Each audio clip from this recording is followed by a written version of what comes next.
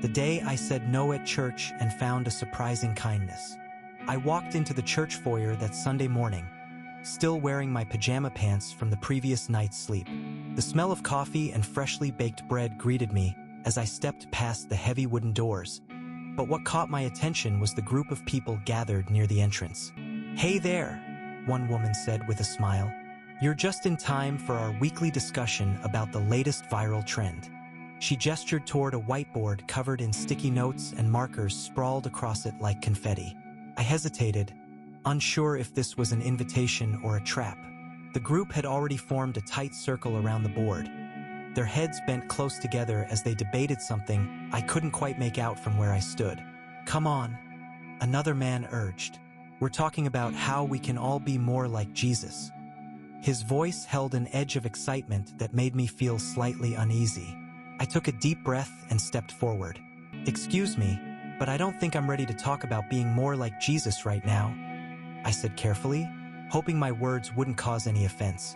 The room fell silent for a moment, the weight of my statement hanging in the air between us. Then came the laughter, not mocking or cruel, but more like the kind that comes from people who've been there before and know exactly what it feels like to be different. "Oh no," one woman said with a grin. "You're going to have to explain yourself." She leaned in closer, her eyes twinkling with curiosity rather than judgment. I took another deep breath and began my explanation. I told them about my past, the years of feeling lost and confused about what it meant to be truly Christian, the times when I felt like an outsider looking in on something sacred yet inaccessible. And then came the part where I admitted that I didn't understand how being more like Jesus was supposed to work without knowing what exactly that looked like. The group listened attentively as I spoke, their expressions shifting from surprise to understanding. One man even reached out and gently touched my shoulder in a gesture of solidarity. "You're not alone," he said softly. As our conversation continued, I found myself opening up about the struggles I'd faced, the loneliness, the doubt, the fear that perhaps I wasn't good enough or worthy of belonging to this community.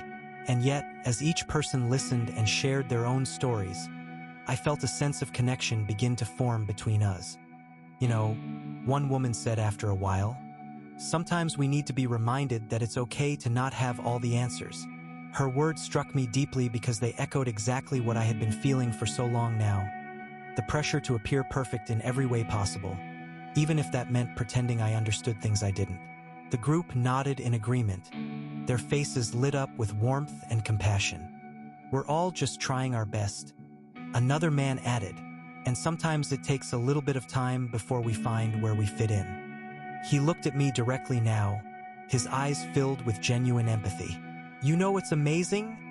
the woman who had first greeted me said as she stepped forward once more. "Even though you're different from us, your perspective has helped us see things differently too." She smiled warmly and gave me a gentle hug that felt both comforting and empowering. As I stood there in the center of this small but incredibly supportive group, I realized something important. We weren't all meant to be exactly alike. We were each unique individuals with our own stories, our own struggles, and our own ways of finding meaning in life, including our faith. "I'm glad you're here," one of the men said finally as he looked at me with genuine warmth in his eyes, "because now we can all learn from each other." He reached out again to touch my shoulder gently before stepping back into the circle, where the others waited patiently for what I had to say next. I took a deep breath and let myself be seen for who I was. Not perfect, not always sure of what came next, but still, standing there in the church foyer with people who cared enough to listen and understand. And as I did so, I felt something shift within me, an unexpected sense of peace settling over my heart like a soft blanket. "Thanks," I said simply, feeling more at ease than I had in a long time. "I think this might just be the beginning."